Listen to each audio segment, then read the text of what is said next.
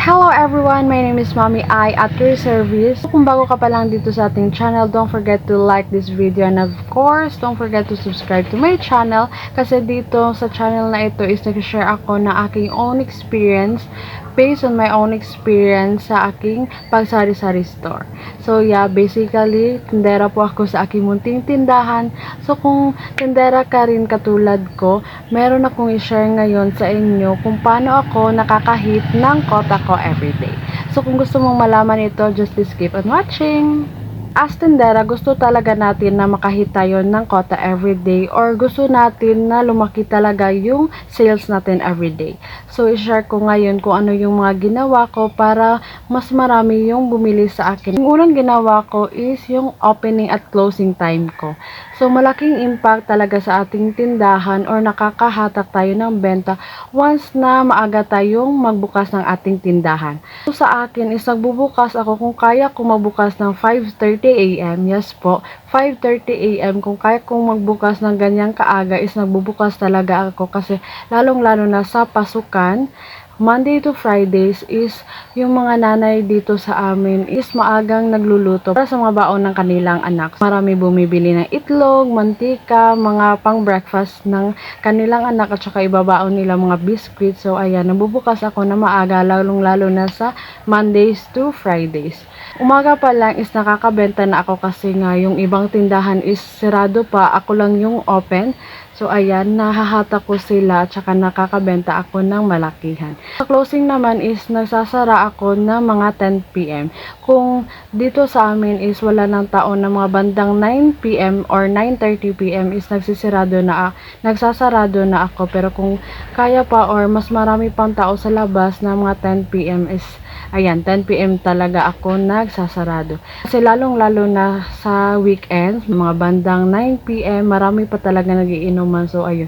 Malakihan yung tubo natin, malakihan yung benta natin pag once meron tayong liquor dito sa atin. Nabibenta ako ng yosi at saka inumin. So, ayan, mga ganyang oras is marami pa talaga bumibili sa akin na mga inumin. So, dahil dyan, nakakahatak pa tayo ng maraming benta. Second, yung ginawa ko is nag-wholesale price po ako. Yes po, opo, kahit po na munting tindahan lang po ang meron ako, sobrang konti lang ng mga paninda ko, pero meron ako ng mga basic needs is okay na. Nakakahit pa rin ako ng kota kahit na hindi siya kompleto, pero dapat yung mga basic needs is meron ka talaga. Like itlog, canned goods, kita mo sa mga bata na kahit piso-piso lang yung tutubuin mo and then piso-piso lang yung binibili nila is nakakadagdag pa rin ito ng benta sa atin. Pag once na inuutosan yung mga bata at saka nagbebenta ka ng mga pagkain or nakakaakit sa kanila is nabibili yung mga kabataan at saka yan, nakakahatak tayo ng maraming benta. Dapat mabenta ka ng maraming item para sa mga kabataan.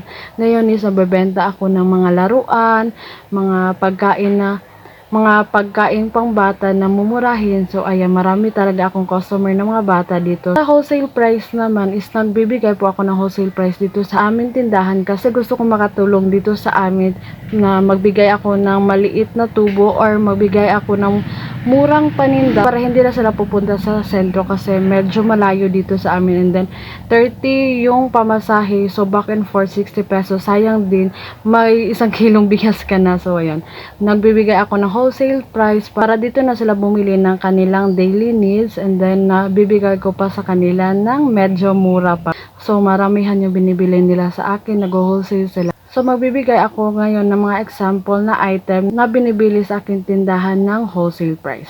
So, first is etong jersey.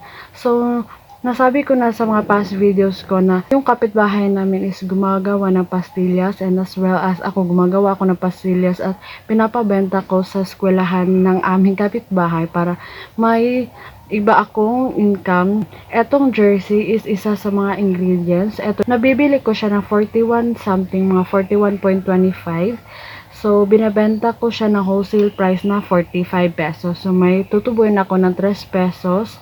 And then, kung hindi naman siya wholesale, kung hindi naman sila araw-araw bumibili sa akin, kasi alam ko kung sino yung mga nagbebenta talaga ng pastillas para makatulong ako sa kanila, na tutubo lang ako ng 3 pesos. So, kung hindi naman sila always bumibili sa akin, is binibigay ko siya ng 47 pesos as retail price. So, 45 kung wholesale, 47 kung retail price. So, eto naman is swak. Swak naman is, eto po, binibenta ko siya ng retail price per each ng 12 pesos. So, nabili ko to sa aking supplier ng 86 pesos. So, nagkakahalaga siya ng 86 divide 8 kasi 8 yung laman niya per tie. So, 10.75 minus 12 is meron pa akong tubo na 1 peso and 25 centavos.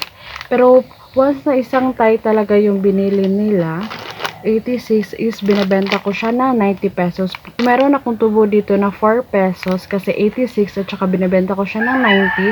So, okay na yon sa akin yung 4 pesos as long as ramihan yung binibili nila. So, mapaparolling pa natin ng mas mabilis yung ating mga items. So, next is etong birch tree. Ito talaga yung fast moving sa akin. Bibili ako ng mga buy box nito kasi nga fast moving ito. Ito is nabili ko na siya ng 71.20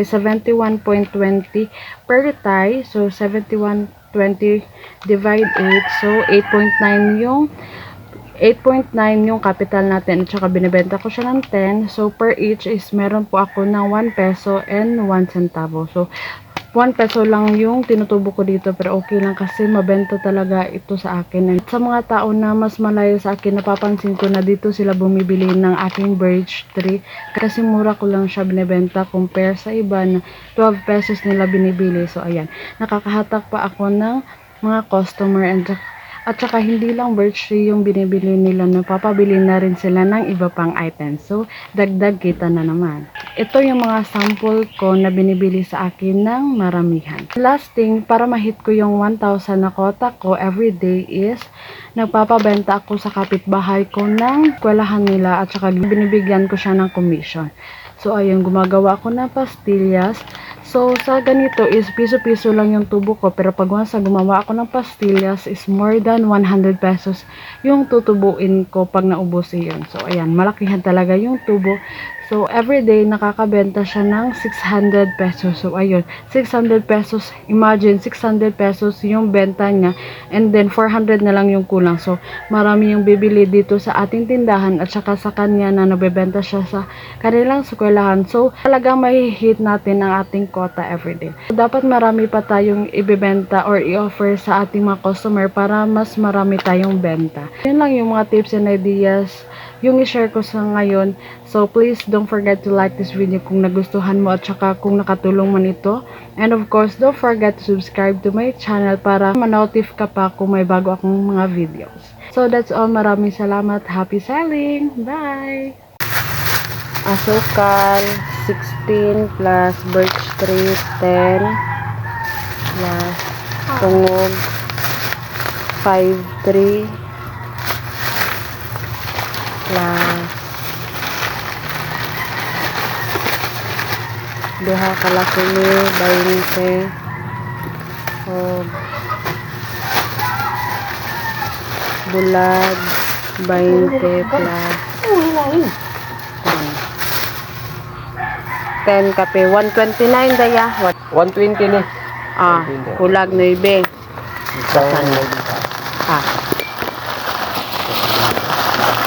kana ara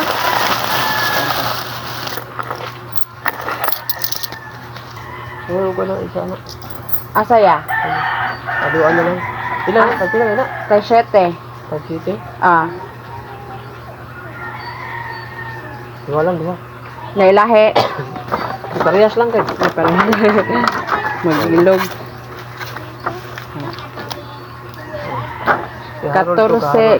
14 ra og 9 ano Pila na lang.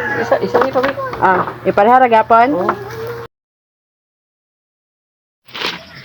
77 times 2 154 og duha ka 45 244 50 70 80 90 100 10 30 40 50 150 160 170 180 190 200 10 20 30 32 34 36 38 39 40 41 42 43 44 sama